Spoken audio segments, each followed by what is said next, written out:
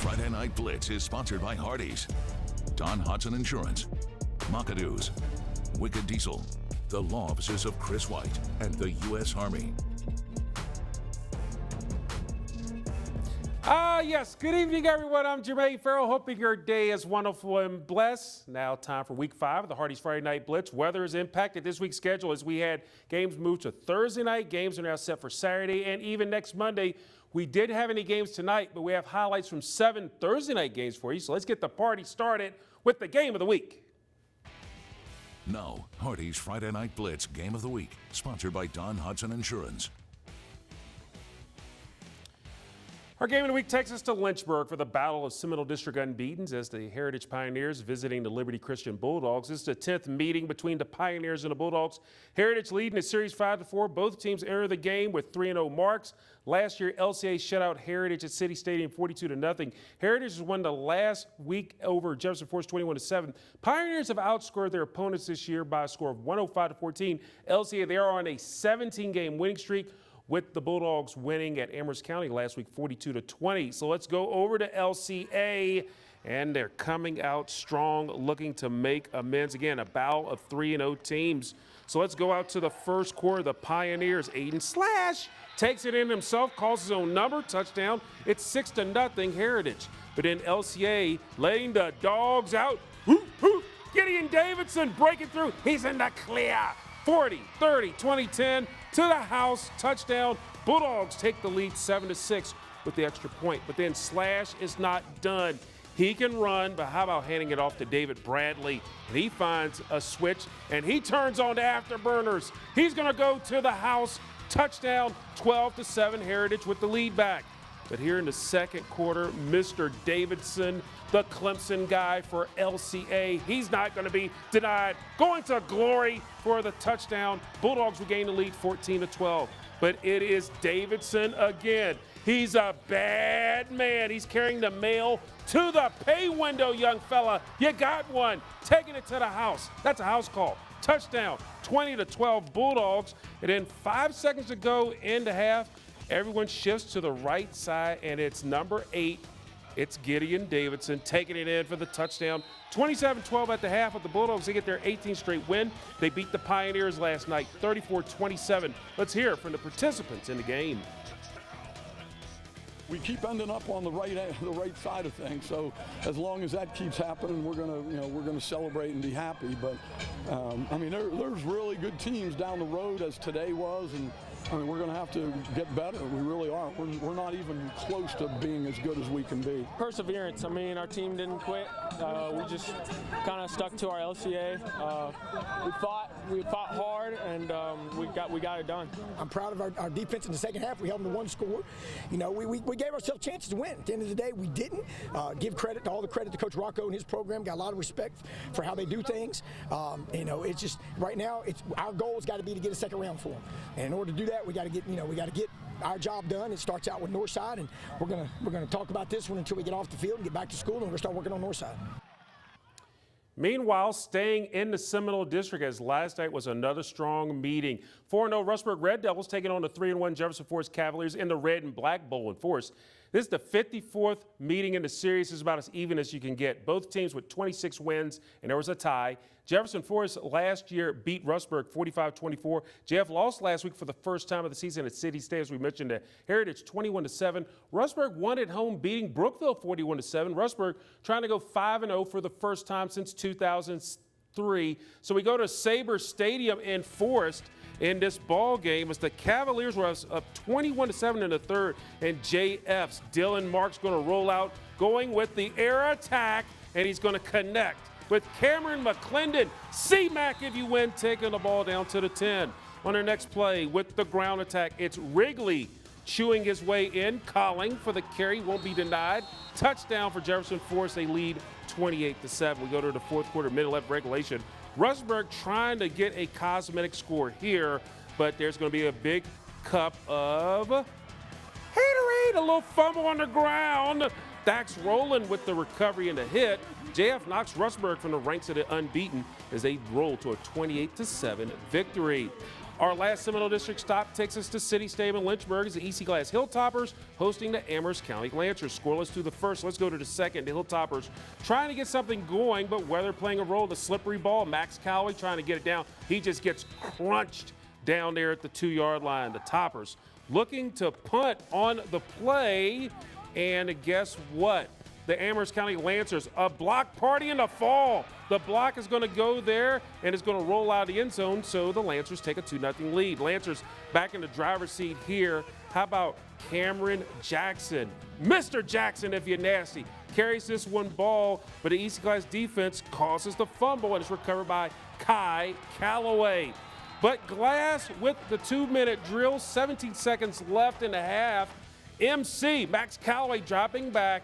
He's going to get picked off by guess who? It's Cameron Jackson. CJ jukes and jives. The bigger the cuts, the bigger the rhyme. Takes it in, a reservation for 6 in the end zone on the pick 6. 8-0 in favor of the Lancers, and the Lancers, they shut out Glass last night, 18-0. Let's go with some scores. George Washington gets their 3rd win in a row, beating Stanton River 17-3. Halifax County getting their 1st win on the season, beating Bassett 26-12. Brookville evening up their record to 2-2 with a 41-20 win at home over the Liberty Minutemen.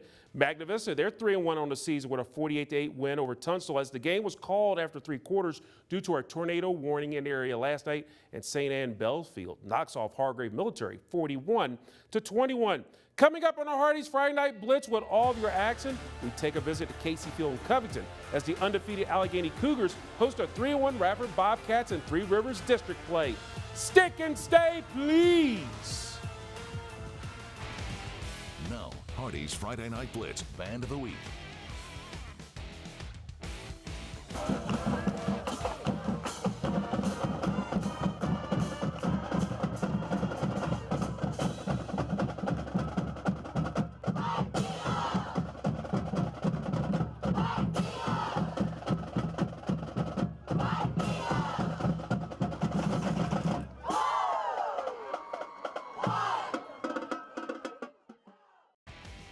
And now, Hardee's Friday Night Blitz Unsung Hero, sponsored by the law offices of Chris White.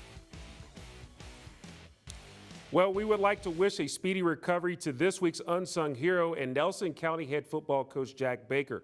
The governor's athletic director, Greg Mullins, tells me he is filling in for Baker as Baker is recovering from a medical emergency. Now, Baker missed last week's game and will be out for an unspecified amount of time. The Nelson County football team has JB stickers on the helmet representing Coach Jack Baker's initials. Coach Baker is in his 3rd season with Nelson County as he has made the team more competitive in his tenure there. Again, we wish all the best for Coach Jack Baker as our unsung hero. We can't wait to see him back in great health.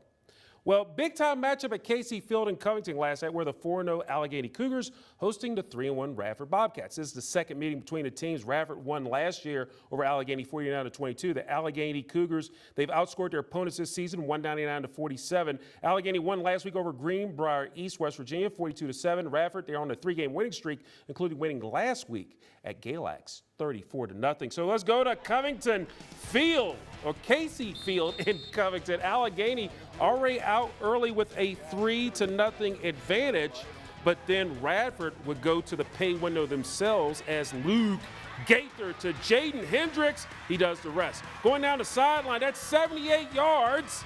Radford takes a 6-3 lead. Then Allegheny would even up the score at 6, but they would get a touchdown themselves of long distance. How about Carter Nicely?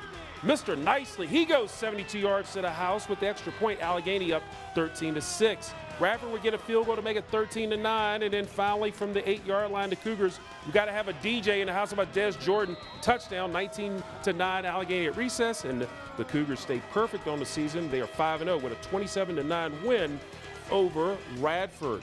Gotta love it when your eye watch goes off. Anyway, let's go to Botetourt County. James River hosting Floyd County. Homecoming for the Knights.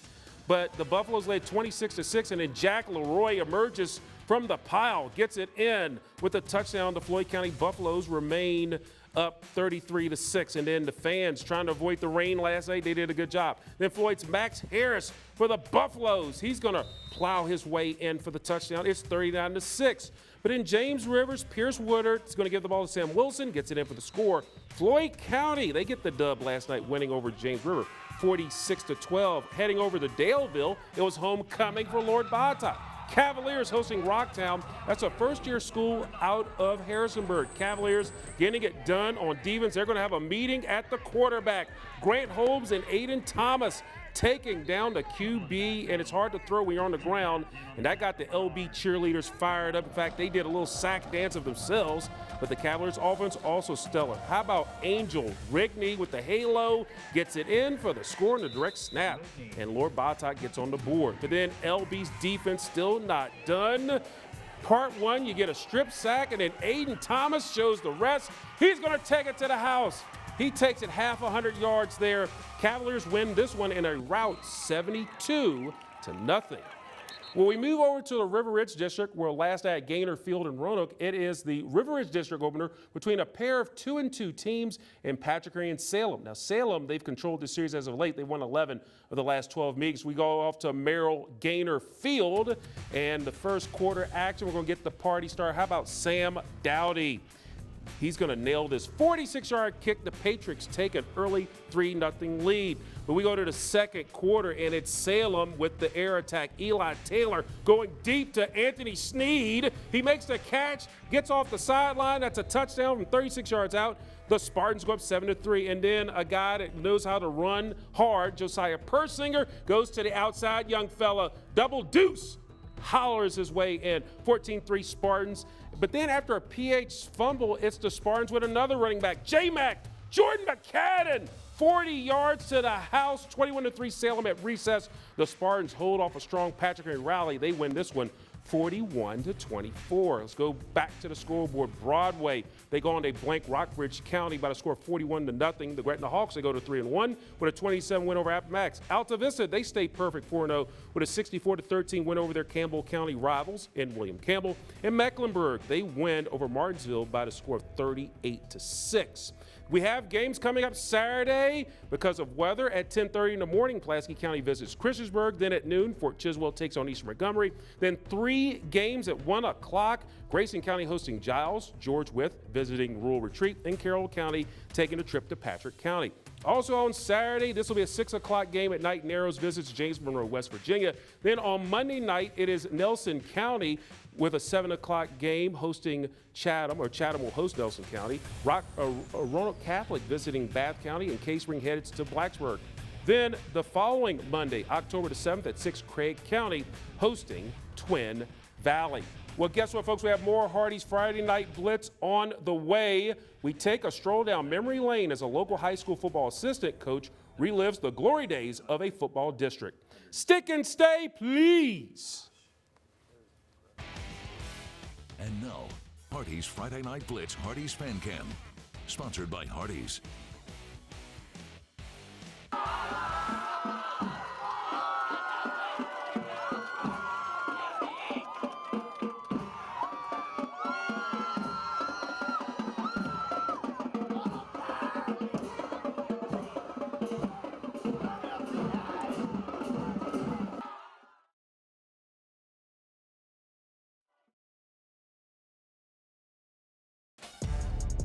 And now, Hardee's Friday Night Blitz is back. Well, it's a passion project for Narrows assistant football coach David Mabry. Back in May, I caught up with Coach Mabry as he shared how the project is connected with local high school football history, taking him back to the 1960s. Narrows head football coach Kelly Lowe made a huge discovery over at the school. He showed his assistant coach David Mabry hundreds of canisters of film from old Greenway football games from the 1960s. It is all connected to Mabry and how he's working on putting together the history of the New River District, which started in 1960. I was so big on the New River District stuff, the Radfords and the Christiansburgs, of course, and the Dublins and the Pulaskis and the Blacksburgs and Narrowses of the world. And I had sisters that cheered for Christiansburg during those times, and I had brothers and brother-in-laws that played, and then a lot of friends that played on some of these historic teams and everything. And I'm like, if you don't do something with these canisters of film, eventually, you know, they're going to get tossed. So Mabry is taking it upon himself to preserve history by sending off the film to be transferred to a digital form. He is also working on getting film from other newer district schools. It isn't a cheap process to get the film transferred, but he feels it will be something many will get on board to help him save the history. This is a 1960 game between Christiansburg and Narrows. Harry Ragsdale coaching Narrows, Narrows running single wing, Omar Ross coaching Christiansburg. And as clean as this came out, when some of the folks that I showed it to around here saw it, they were like, whoa. And of course, I did the same thing because I didn't know what I was going to get. And there's no guarantee they're all going to come out this clean. It means a lot to, you know, grandkids. You know, you got grandparents here that are playing from both teams, people that have passed that, you know, have left a legacy and stuff, and anything you can do to preserve it. Now, Coach Mabry has started to post all of his 135 refurbished videos on his YouTube channel called Three Rings Football. Overall, Coach Mabry has 38 years of high school coaching experience, and Mabry has been a part of 3 state football title teams. Now, Hardee's Friday Night Blitz Player of the Week, sponsored by Wicked Diesel. Well, this week's athlete was simply balling. Not only did he throw for over 275 yards, he also had 3 scores in the air and 1 on the ground. That's 4 TDs in total in his team's 33-0 shutout victory over Bassett last Friday. And guess what? He's your player of the week. Cannon Lutz, quarterback, William Byrd High School. It's got to say some really good stuff. I mean, coming off a big year last year, we like to write our own history this year. I mean, leave last year in the past and let us be our own team this year, and kind of prove to everybody that it wasn't all just a one-year thing, and we're ready to come back out and show what everybody we can do. If I can't do this without my other guys around me, and then the 5 up front, they finally got the older group this year. So I mean, a lot of history between all of us. We kind of all tight group, and I can't also do it without my receivers. I mean, they got to catch the ball for me, but I mean, I feel like I was calm back there in the pocket. I know I got my guys in front of me to keep me clean and the guys around me to make the plays for me. So I just got to get the ball in the playmakers' hands and let them roll and do what they do. What does it mean when you put that jersey on? I mean, it means the world, I think. It means family, it means culture, it means hard work.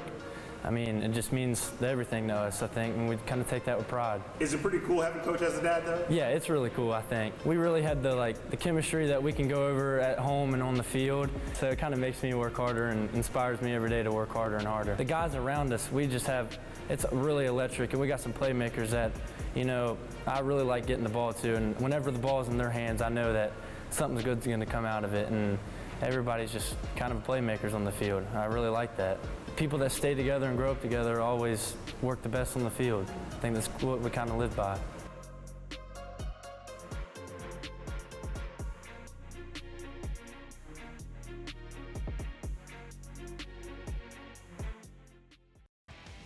It's time for Hardee's Friday Night Blitz Mock-Edited Play of the Night, sponsored by Mock-A-Doos. Our Maka did it. Play of the night. We go back to City Stadium in Lynchburg. Max Cowley gets hit, and he's picked off by Amherst County's Cameron Jackson. He's going to make moves, and he's got a reservation for 6 in the zone. CJ Cameron Jackson, you did it for our Maka did it. Play of the night. It's time for Hardee's Friday Night Blitz in the Trenches, sponsored by the U.S. Army.